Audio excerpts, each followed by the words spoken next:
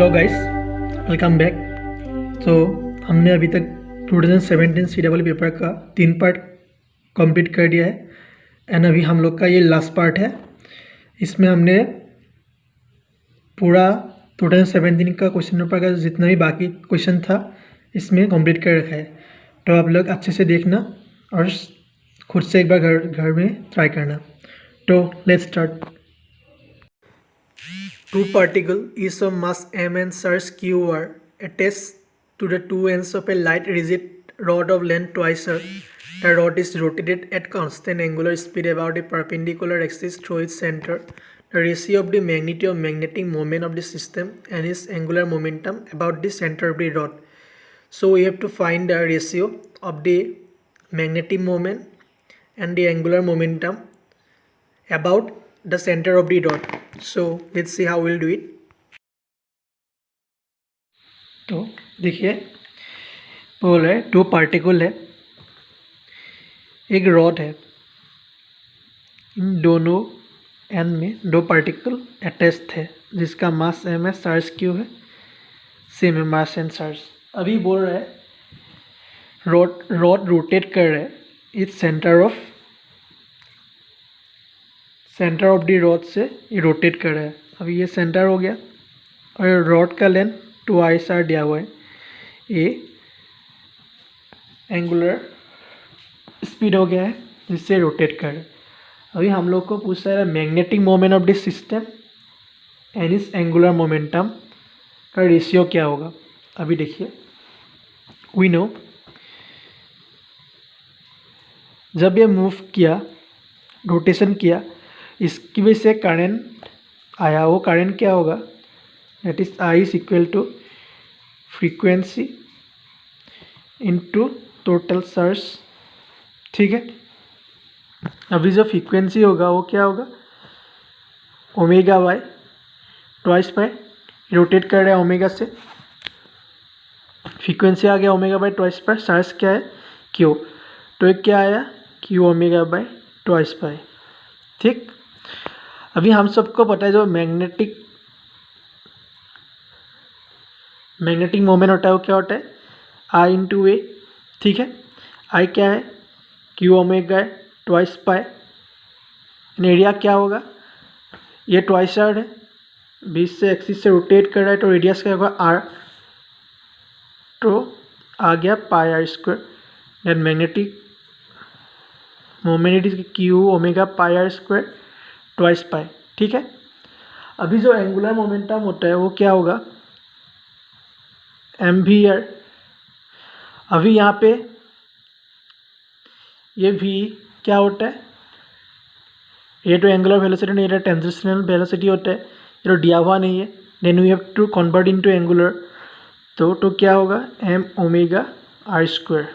ठीक है, अभी हम इन दोनों का रेशियो निकालेंगे, M by L Q omega pi R square twice pi into क्या होगा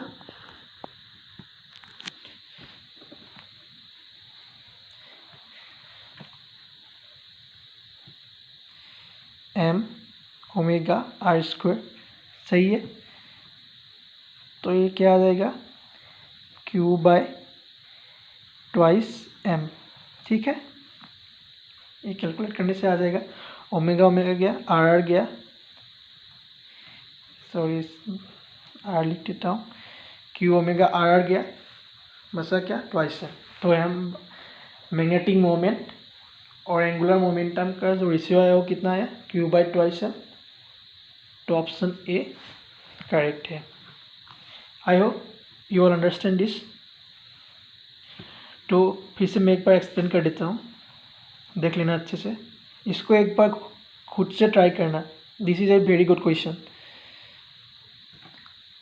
अभी यहाँ पे दे के रखा है दो पार्टिकल है जो अटैच्ड है the two end of this rod. The length of the rod is given as twice and it is rotating at the speed of omega through the center of the rod. Okay, when it is rotating, then it is generating a current. That current will be equal to frequency, and due to the surge, we know the frequency is omega by twice pi, and surge is q. Current is q omega by twice pi, and we know magnetic moment is equal to current into area. Current is q omega by twice pi, which we have find earlier, and the area will be what? When it is rotating, the radius will be r, since the length of the rod is twice r, and radius is, then the area will be pi r square, then the magnetic moment is q omega pi r square twice pi, and we know the momentum. How to find angular momentum? M here, since it is not, v is not given, we have to convert into in terms of omega, and when we convert it, we get m omega r square, and after that magnetic moment and angular momentum ratio, after calculating, we got the value q by twice m. That satisfied the option A. So I hope you all understand this question. So moving towards the next question. Next question. A parallel beam of monochromatic light of wavelength 5625 angstrom passes through a long slit of width 0.25 mm. The angular divergence in which most of the light is refracted is. So we have to find the angular divergence. So let's see how we'll do it.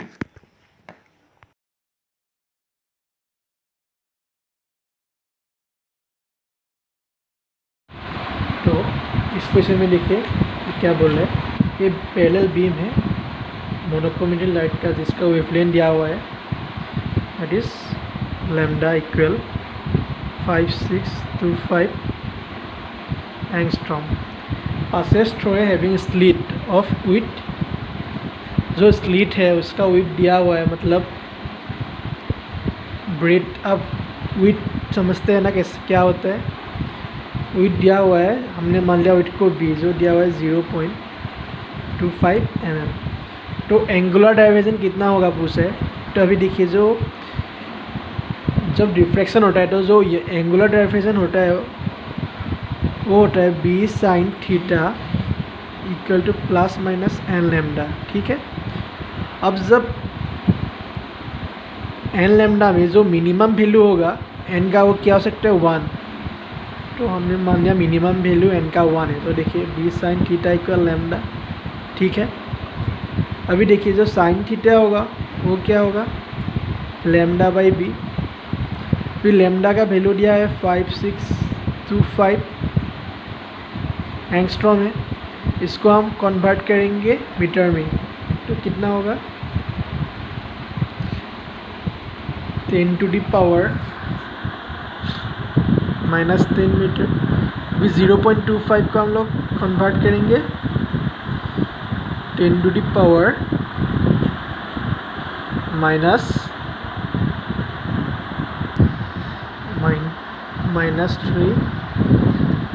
तो जब अभी sine theta is equal to कितना होगा, तो ये जब हम calculate करेंगे तो इसका वैल्यू आएगा 2.25 into 10 to the power -3 radian में होगा. मैंने कन्वर्ट कर दिया. आप लोग देख लेना कैसे कन्वर्ट करना, ये तो आप सबको आता ही है डिग्री से रेडियन.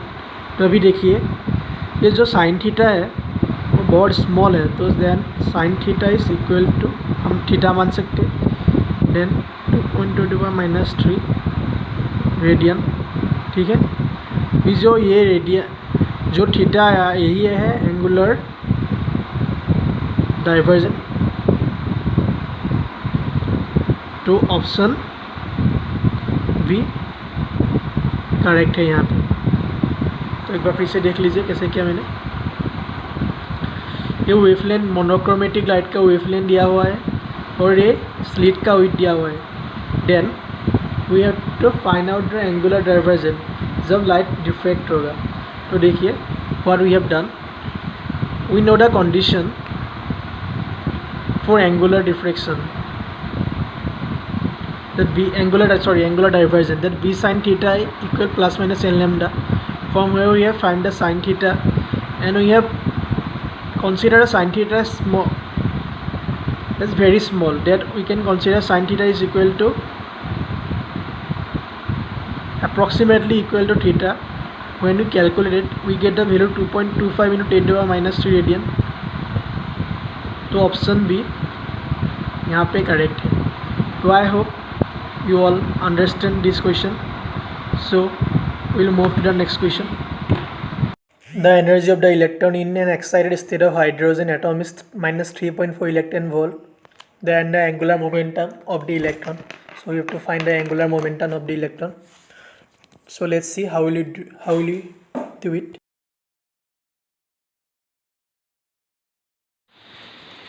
तो देखिए आप लोग यहाँ पे in this question it is given that energy of the electron in an excited state of a hydrogen atom is minus 3.4 electron volt. मतलब जो एनर्जी है of excited state of hydrogen वो दिया हुआ है, that is given minus 3.4 electron volt. ठीक है. अभी हम लोग को एंगुलर मोमेंटम निकालने के लिए बोला है. क्या होगा, हम सबको पता है जो एंगुलर मोमेंटम होता है किसी भी इलेक्ट्रॉन, तो क्या होगा, L equal N H 2 pi. Okay. Now we know H and H, but here the unknown is n, that number of cell, so you have to find n. तो हम लोग को ये सोचना पड़ेगा n कहाँ से निकाल सकते हैं. अभी हम लोग को बोला है कि एनर्जी दिया हुआ है, तो यहाँ से हम निकाल सकते हैं. अभी देखिए जो एनर्जी होता है वो क्या होता है, minus 13.6 into Z square N square. ठीक है. Equal minus 3.4 that is given. Okay. अभी देखिए Z तो 1 होगा यहाँ पे. Why? Because it is hydrogen atom. ठीक है. अभी देखिए 3.4 13.6. ठीक है. अभी n स्क्वायर होगा 13.6 डिवाइडेड बाई 3.4 दैट इज़ 4. जो n होगा वो कितना होगा, 2. तो आ गया n का वैल्यू 2. तो we got the cell number that is 2. तो अभी जो एंगुलर मोमेंटम है वो निकालने के लिए आसान है. N H by twice pi N 2 into H by twice pi that is क्या होगा, 2 into 6.6 into 10 to the power minus 34 2 pi, and when we calculate we will get the value 2.106 into 10 to the power minus 34 10 to the power minus 34. ठीक है. that will be equal to joule per second. sorry joule per second and joule second. Okay. ठीक है. ये joule second है, joule पर second ये मैं काट दिया. तो ऑप्शन क्या मैच कर रहा है, तो जो ऑप्शन ए है that will satisfy it. It is near. तो हम लोग मान सकते हैं 2.1 into 10 to the power minus 34 मान सकते हैं हम लोग. 2 अप्रॉक्सीमेटली मान सकते हैं. तो ऑप्शन ही करेक्ट है. तो आई होप आप लोग को समझ में आया कैसे किया. फिर से एक्सप्लेन इट. हम लोग को energy of the hydrogen atom दिया हुआ है और एंगुलर मोमेंटम निकालने के लिए बोला है. एंगुलर मोमेंटम का जो फॉर्मूला होता है किसी भी एनर्जी सेल में वो कहता है एन बाई ट्वाइस पाई. ठीक है. तो अभी हम लोग को एन अननोन है. एन निकालने के लिए हम लोग क्या कर सकते हैं, जो एनर्जी है उसको यूज़ किया. We know energy is minus 13.6 into Z square N square. अभी जेड यहाँ पे 1 आएगा since it is hydrogen atom. तो यहाँ से एन का वैल्यू जो आया तो 2 है. एंड आफ्टरवर्ड्स ये बाकी सब कैलकुलेशन है हमने पुट कर दिया वैल्यू. और जब कैलकुलेट किया आखिर में आंसर आ गया 2.11 into 10 to the power minus 34 approximately. तो ऑप्शन ए करेक्ट है. So I hope you all understand this. तो चलिए देखते हैं नेक्स्ट क्वेश्चन। तो in this question it is given an object is moving with a velocity 0.01 meter per second towards a convex lens of focal length 0.3 meter. The magnitude of the rate of separation of image from the lens when the object is at a distance of 0.4 meter from the lens. So we have to find the magnitude of rate of separation of image. Basically you have to find the velocity of the image. So let's see how we'll do it. अभी यहाँ पे ये बोल रहा है इस question में कि एक ऑब्जेक्ट है, मान लीजिए एक ऑब्जेक्ट है, कोई ऑब्जेक्ट है, ये मूव कर रहा है वेलोसिटी 0.01 मीटर पर सेकेंड से, ठीक है। तो वे कॉन्वेक्स, ये लेंस है कॉन्वेक्स लेंस, जिसका फोकल लेंथ एफ दिया हुआ है 0.3 मीटर, ठीक है। इसको हम 3 मीटर ही रखने दीजिए। अभी ये बोल रहा है कि magnitude of rate of separation of image from the lens when the object at distance of 0.4 metre from the lens. मतलब जब ये ऑब्जेक्ट इस लेंस से मतलब डिस्टेंस 0.4 मीटर दूर होगा तो जो इमेज बनेगा तो उसका वेलोसिटी कितना होगा, ये बेसिकली हमको पूछ रहा है, वेलोसिटी ऑफ इमेज। तो अभी देखिए जो u दिया हुआ है ऑब्जेक्ट डिस्टेंस वो कितना दिया हुआ है 0.4 मीटर, ठीक है। अभी हमको v नहीं पता, f दिया हुआ है 0.3 मीटर, तो हम v निकालेंगे। देखिए 1/v minus 1/u equal 1/f, ठीक है। 1/v equal 1/0.3 plus 1/0.4। ये कैलकुलेट करने से भी आएगा आपका 1.2 मीटर, ठीक है। अभी वेलोसिटी आ गया 1.2 मीटर। अभी जो लेंस का वेलोसिटी निकालने का फॉर्मूला है, बेसिकली हम लोग इसको डिराइवेटिव जब करेंगे विद रिस्पेक्ट टू टाइम तो जो इक्वेशन आएगा, और बेसिकली वो फॉर्मूला ही होता है, आप लोग को याद रहना चाहिए। लेकिन जब हम लोग ये डिफरेंशिएट करेंगे विथ रेस्पेक्ट टू टाइम तो तब जो फॉर्मूला आएगा वो आएगा, मैं लिख देता हूँ dv/dt, ठीक है। v² u² du/dt। ये v² इमेज डिस्टेंस, ये ऑब्जेक्ट डिस्टेंस। अभी जो इमेज का वेलोसिटी वो होगा v2 पता है हमको 1.2, इमेज डिस्टेंस 1.2 स्क्वायर, जो u है ऑब्जेक्ट डिस्टेंस कितना दिया है 0.4 स्क्वायर, और जो ऑब्जेक्ट का वेलोसिटी है वो भी दिया हुआ है। देखिए कैसे, कहाँ पे 0.01 मीटर पर सेकेंड। मतलब ये ऑब्जेक्ट जब कुछ वेलोसिटी से ही मूव कर रहा है डेफिनेटली वो दिया है 0.01 मीटर पर सेकेंड। तो du/dt होगा वो वेलोसिटी ऑफ इमेज होगा, तो अब होगा 0.01, ठीक है। तो जब हम ये कैलकुलेट करेंगे तो इसका वैल्यू आएगा 0.09 मीटर पर सेकेंड।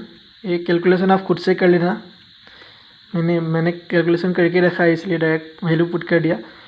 तो जो मैग्नीट्यूड होगा वो कितना हो जाएगा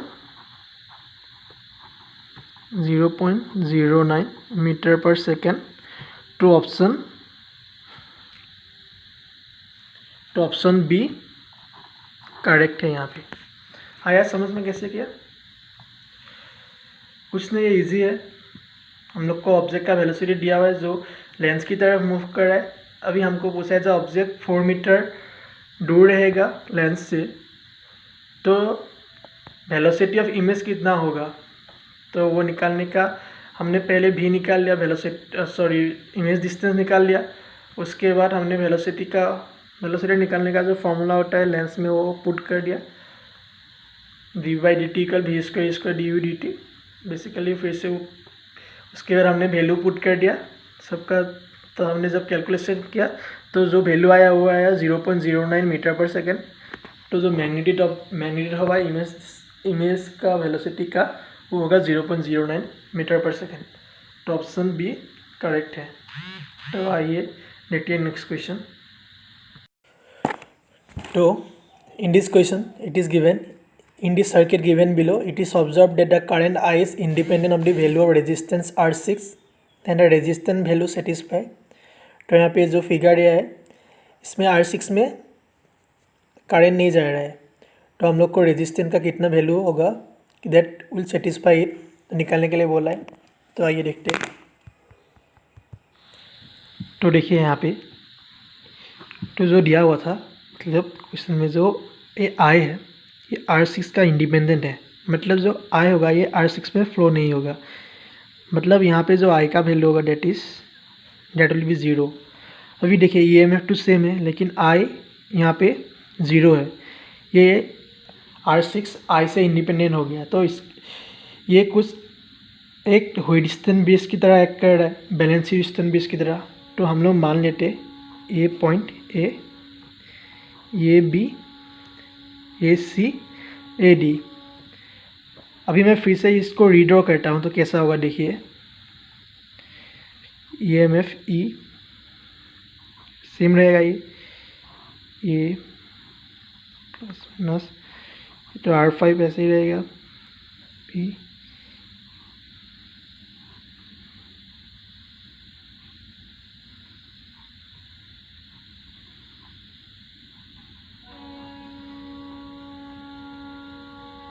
अभी इसको A मान लिया, B C D, ठीक है।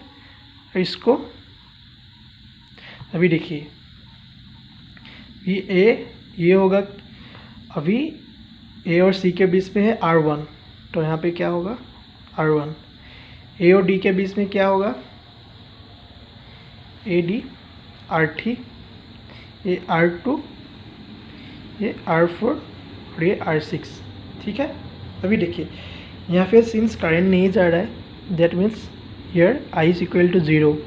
अब जब ये करंट ज़ीरो है यहाँ पे, अब जब करंट यहाँ पे ज़ीरो होगा तो क्या होगा, ये ह्यूरिस्टन बैलेंस ह्यूरिस्टन बेस की तरह एक्ट करेगा, ये हम सबको पता है। अब बैलेंस ह्यूरिस्टन बेस का जो कंडीशन हो क्या है R1 R3 equal R2 R4, ठीक है। तो क्या होगा R1 R4 is equal to R2 R3, ठीक है। दैट मीन्स ये ऑप्शन ए करेक्ट होगा, ठीक है। समझ में आया? तो आइए देखते हैं फिर से एक बार। ये R5 था, ये आई करंट फ्लो हो रहा है लेकिन ये बोल रहा है कि R6 में आई करंट का कुछ इम्पेक्ट नहीं है, मतलब आई पे यहाँ पे आई ज़ीरो होगा, मतलब करंट ज़ीरो होगा R6 में। R6 में अगर करंट ज़ीरो है तो ये एक बैलेंस ह्यूरिस्टन ब्रिज की तरह एक्ट कर रहा है।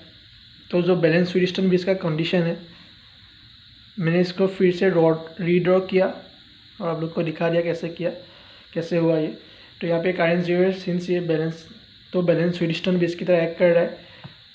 तो अभी बैलेंस ह्यूरिस्टन ब्रिज का जो कंडीशन है वो क्या होता है R1 R3 equal R2 R4, that means R1 R4 is equal to R2 R3, that means it satisfied है ऑप्शन ए। तो ऑप्शन ए यहाँ पे सही होगा। तो ये क्वेश्चन हो गया, आप लोग एक बार खुद से ट्राई करना। अभी देखते हैं हम लोग next question. In this question A light beam travelling in the x direction is describe by the electric field EY equal 300 sin omega t minus x by c. The maximum magnetic field is, so we have to find the maximum magnetic field of the light beam. So let's see how we'll do it. अभी यहाँ पे ये light beam travelling कर रहा है x direction में, जिसका equation दिया हुआ है EY equal 300 sin omega t minus x by c, ठीक है। अभी हम सबको पता है जो इलेक्ट्रोमैग्नेटिक वेव होता है उसको हम कैसे लिखते हैं EY equal E0 sin omega t minus x by c, ठीक है। अभी इसको हम अगर कंपेयर करें तो ई नॉट का वैल्यू आएगा 300 वोल्ट पर मीटर। अभी हम सबको पता है, as we know, E naught by B naught is equal to C. ठीक है, ये होता है मैक्सिमम इलेक्ट्रिक फील्ड, ये मैक्सिमम मैग्नेटिक फील्ड। ठीक है, जो सी के बराबर होता है, मतलब ये C is the speed of light, ये सबको पता है। अभी देखो, E naught 300, B naught equal C and B naught equal 3 into 10 square, 3 into 10 to the power 8 speed of light. ठीक है, तो जो वैल्यू आएगा वो होगा 3 into 10 to power minus C, sorry 1 into 10 to power minus 6, that is 10 to the power minus 6 T. Yes, तो equation जो magnetic field का मैक्सिमम मैग्नेटिक फील्ड आया वो क्या है, 10 to the power minus 6 T. That is option C is the correct answer. ठीक है, फिर से देख लीजिए, यू आई मतलब जो इलेक्ट्रिक फील्ड का वेव का इक्वेशन दिया हुआ है 300 sine omega T minus X C, और हम सबको पता है जो यू आई का इक्वेशन होता है क्या होता है, ई नॉट ये मैक्सिमम इलेक्ट्रिक फील्ड होता है, E naught sine omega T minus X by C. तो मैक्सिमम मैग्नेट इलेक्ट्रिक फील्ड आया, इलेक्ट्रिक फील्ड क्या है 300। अगर हम इन दो इक्वेशन को कंपेयर करें, अभी हम सबको पता है E naught divided by B naught, that is maximum electric field divided by maximum magnetic field is equal to C, that is the speed of light. And बाकी कैलकुलेशन है जो करेंगे, जो मैक्सिमम मैग्नेटिक फील्ड आया हुआ है 10 to the power minus 6 थी, that is the option C is the correct answer. So I hope you all understand this question. So moving to the next question. In this question, a large magnet is broken into two pieces so that their lengths are in the ratio 2:1. The ratio of their magnetic moment is. So we have to find the magnetic ratio of the magnetic moment. So let's see how we'll do it.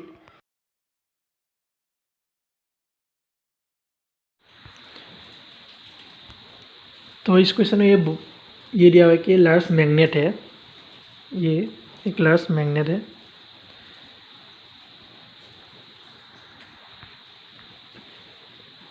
ये south और north. अभी बोल रहा है इस magnet को दो हिस्से में ब्रेक कर दिया, 2:1 रेशियो में, मान लीजिए 2:1 रेशियो में ब्रेक किया, तो दो मैग्नेट फॉर्म हुआ। एक होगा ये 2 लेंथ का और ये होगा क्या लेंथ, ये हो गया आपका स्मॉलर वाला। अभी देखिए हम लोग को यहाँ पे मैग्नेटिक मोमेंट का जो रेशियो होगा वो कितना होगा पूछा है। अभी देखिए ये जो m होता है small m, that is the pole strength. अब जब मैग्नेटिक मोमेंट होता है that is equal to pole strength into length of the magnet. ठीक है, अभी हमने देखा जो मैग्नेटिक मोमेंट होता है that is directly proportional to length of the pole, sorry length of the magnet. ठीक है, अभी जो पहले वाला का जो हम लोग को रेशियो दिया हुआ है लेंथ का, तो हम लोग निकाल सकते हैं, इसको हम m1 मानते हैं, इसको m2 मानते हैं। m1 m2 इक्वल लेंथ कितना है 2, ये क्या होगा 1, that is magnetic moment ratio is equal to m1 is to m2, that is equal to 2:1। सही है, तो ऑप्शन ए यहाँ पे करेक्ट है। आया समझ में? कुछ नहीं है, जो मैग्नेटिक मोमेंट होता है that is directly proportional length of the magnets, then we have to find the ratio m1 m2। Length के डायरेक्टली प्रोपोर्शनल तो हम लिख सकते 2:1। m1 का लेंथ कितना होगा 2, बाकी 1 m2 का, and we had got that m1 is to m2 equal 2:1। तो ऑप्शन ए करेक्ट है। तो आई hope you all understand this question. So move to the next question. In this question, a transverse wave described by y equals 0.02 sine 1x plus 30t propagates on a straight string having a linear mass density of 1.2 into 10 to the power minus 4 kg per meter tension in the string. So we have to find the tension in the string. So let's see how we'll do it. तो इस question में एक transverse wave दिया हुआ है जो है y equal 0.02 m sign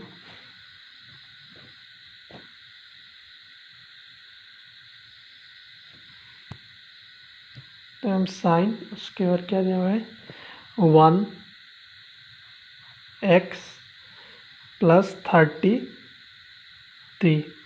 अभी ये वेव का इक्वेशन दिया हुआ है, ठीक है। अभी हमको ये बोला है क्वेश्चन में कि ये एक स्ट्रिंग के ऊपर प्रोपोगेट कर जिसका लीनियर मास डेंसिटी दिया हुआ है that is you that equal m by L. Linear mass density होता है, उसको हम यू म्यू से डिनोट करते हैं। अभी इसका वैल्यू दिया हुआ है 1.2 into 10 to the power minus 4 kg metre पर। अभी हम लोग को पूछा है टेंशन कितना होगा। अभी यहाँ से देखिए, हम सबको पता है that velocity is equal to omega by k, ठीक है। एक वेव में जो वेलोसिटी होता है वो होता है v इक्वल ओमेगा बाई के।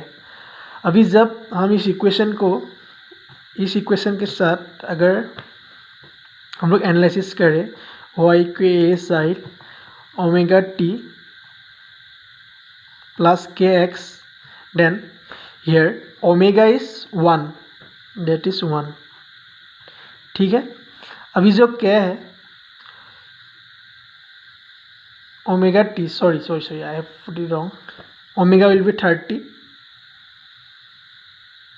omega will be 30, right? And what will be k? It will be 1. Therefore what will be the velocity? It is 30 metre पर सेकेंड, ठीक है। यहाँ तक समझ में आया। अभी देखिए जो स्ट्रिंग में वेलोसिटी होता है वो होता है v इक्वल, अगर वेव प्रोपेगेट कर रहा है t बाई म्यू। अभी देखिए वेलोसिटी 30 है, इसको हम लोग स्क्वायर करेंगे। अभी यहाँ बचा टी म्यू। अभी जो म्यू है वो तो दिया हुआ है 900 तो म्यू कितना दिया हुआ है 1.2 into 10 to power minus 4 0.2 into 10 to power minus 4 equal t. और जब हम कैलकुलेट करेंगे टी का वैल्यू आएगा 0.108 न्यूटन, ठीक है। तो ऑप्शन ए करेक्ट होगा यहाँ पे। तो आई होप आपको समझ में आया कैसे क्या। फिर से एक बार बता देता हूँ, देखिए it is the equation of wave that given in the question, that is 0.02 m sine 1x plus 30t, and here is given linear mass density that is 1.2 into 10 to the power minus 4, and we know that what in a wave the velocity can be written as omega by k. If we compare these two equations, then we find that omega is 30 and k will be 1. Therefore we find a v 30 meter per second. And again we know that in a string, we can write a velocity as v equal t by u, where t is the tension of the string and mu is the linear mass density. And we have put the value of v and mu, and we got the t, that is 0.10 Newton, which satisfy the equation A. So I hope you all understand this question. आप लोग एक बार खुद से ये try करना और देखना क्या आता है आंसर, तभी हम लोग अभी हम लोग मूव करते हैं नेक्स्ट क्वेश्चन की तरफ। In this question radius of A soft bubble is increase from 1 centimeter to 2 centimeter. Surface tension of the solution is 0.025 Newton per meter. The work done on the bubble is, so we have to find the work done on this soft bubble. So let's see how you do it.